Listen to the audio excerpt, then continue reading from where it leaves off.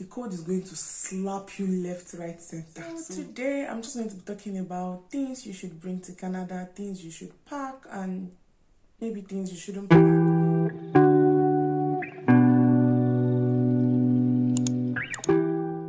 Hey guys, welcome back to my channel, and if you're just stopping by for the first time, my name is Lovelyn and it's so good to have you here.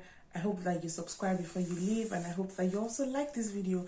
And to my returning subscriber, thank you all for always coming back. I'm so grateful. Yes, let's get straight into the video.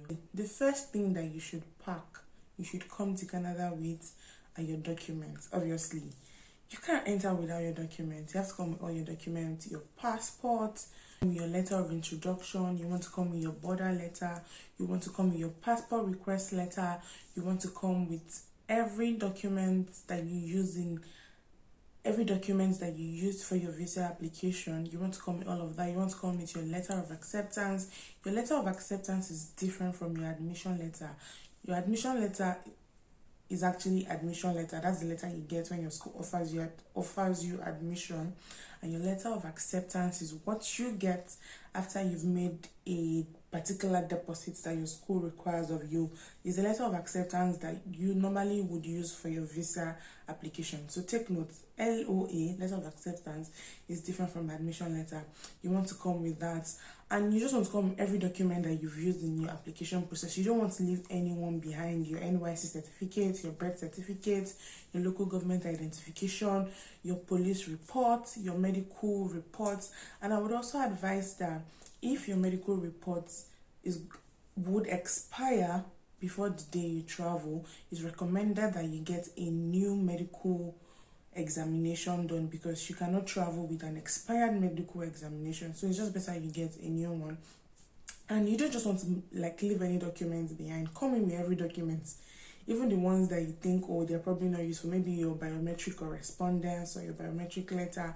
You want to come with everything, because you don't know the type of officer that you're going to meet at your point of entry, and you don't want any issues or anything that will make you start panicking at your point of entry. So come in with every document possible. So now that we're done with documents, let's move to clothing and wears. I'm sure you've possibly heard everybody say, don't come with too much clothes. You don't want to pack too much clothes. You can easily come and buy clothes here. Yes, it's true. Don't come with too much clothes. But at the same time, I would say that you come in with basic things that you would need to wear pending the time that you settle down. Because believe me, you're not going to enter markets or start going to stores as soon as you land. So you want to come in with clothes that you can just wear pending the time you settle. Come in with maybe 2 jeans, a couple of tops. If you're coming in during the winter season, I'd advise that you come in with sweaters. You see, summer clothes, you can get those ones later, but you have to come in with clothes that will keep you warm. You have to come in with sweaters. You have to come in with, even if it's just one each of everything, come in with sweater, head warmer, gloves, muffler, socks, thick socks, especially the ones that you can wear when you're indoor.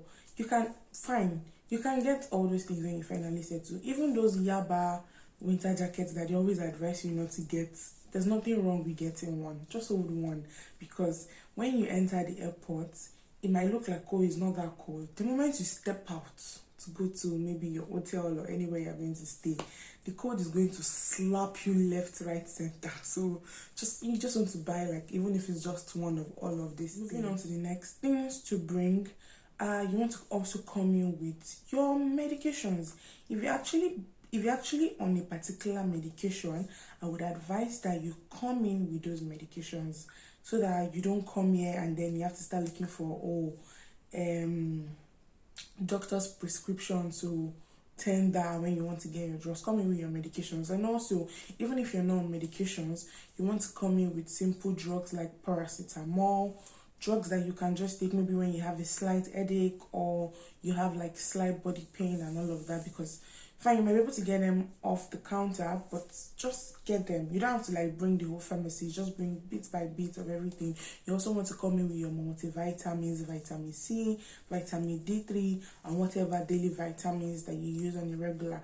You're really going to need these vitamins because you're coming from if you're coming, like for example, I'm from Nigeria, you're coming from Nigeria where we experience a lot of sunlight. You're not coming here, especially if you're coming during winter where there's barely sun. You would really need all these vitamins. The next set of things that you should bring, I would also say that you bring your skincare. If you're the type that is big on skincare products and hair care products, bring them. Fine, you'll be able to get them here.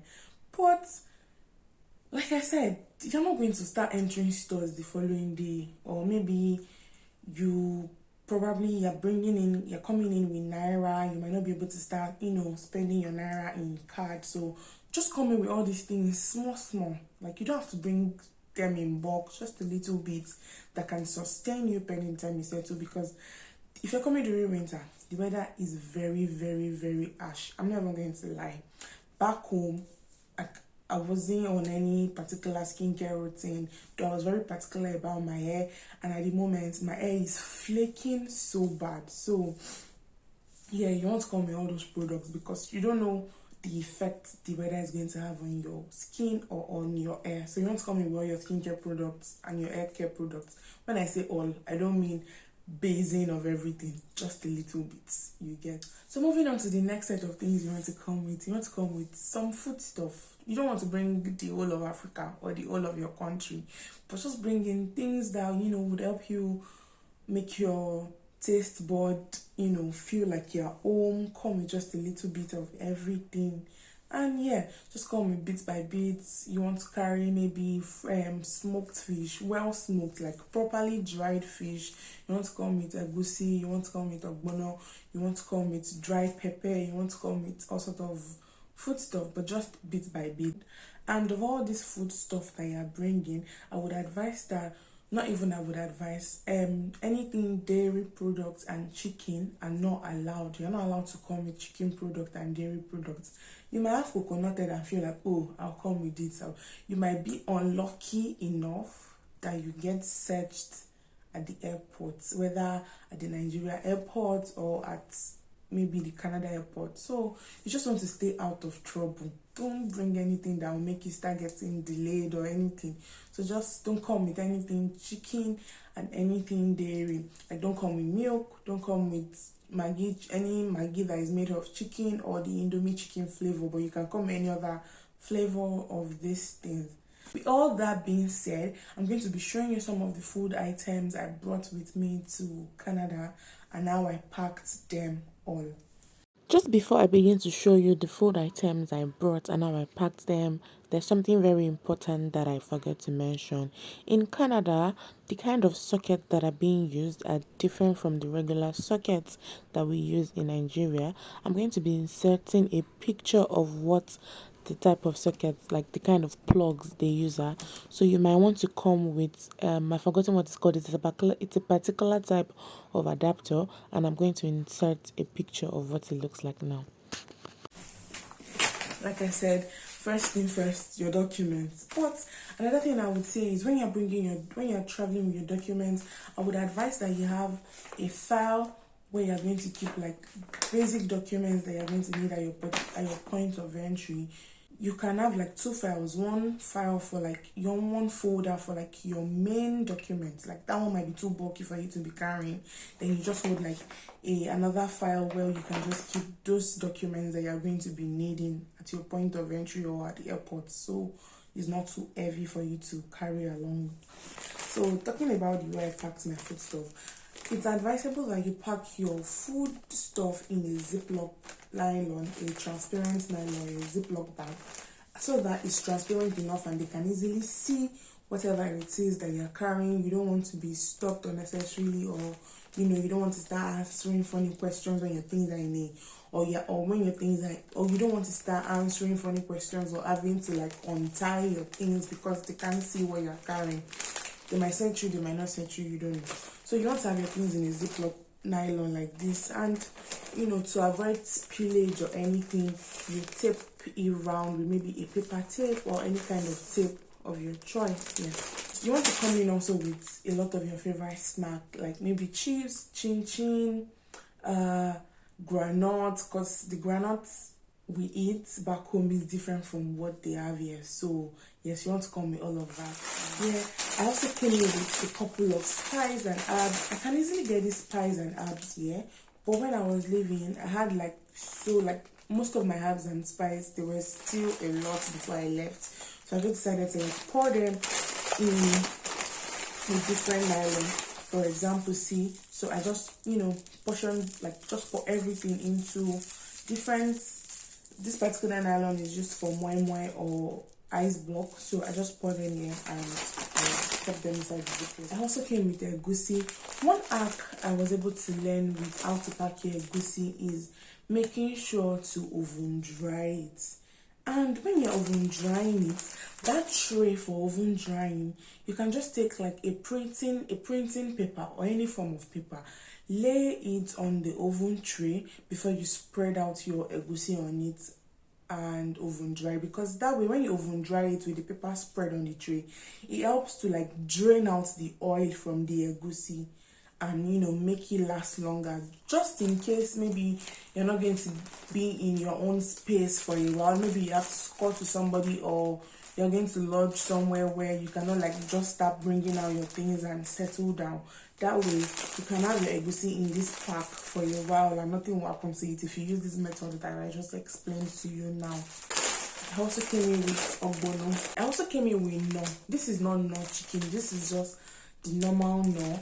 And I took it out of the pack and I broke every cubes into a well grounded this thing, like I just took it out of the pack and I broke the cubes into this powdery form. I also came in with some dry fish. Yes, to avoid spillage, for some reasons you might also want to like double your ziplock, so I came in with some smoked catfish as well.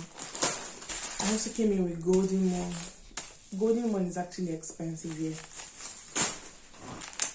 What is a Yoruba? Who is a Yoruba woman without pepper? Please tell me.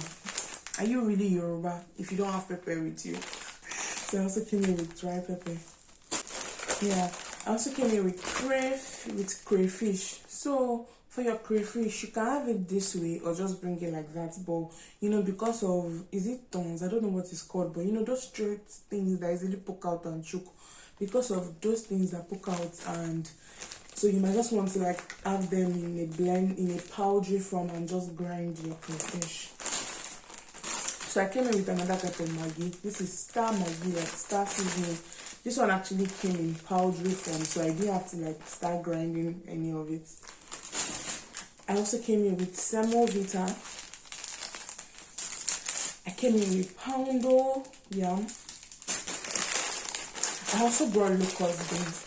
So these locust beans, after I dried it in the sun, I also oven dried it, so like it's well preserved. Like nothing can happen to these locust beans like this. Like I said about the egusi, maybe for example you have to stay somewhere for a while before you finally settle in your own space and get all your things out. The method of oven drying would really help you preserve your locust beans and egusi and help it last long. I also brought gari. I don't know, it's not inside this bag, it's probably somewhere inside my other bag. So these are the list of things that I brought.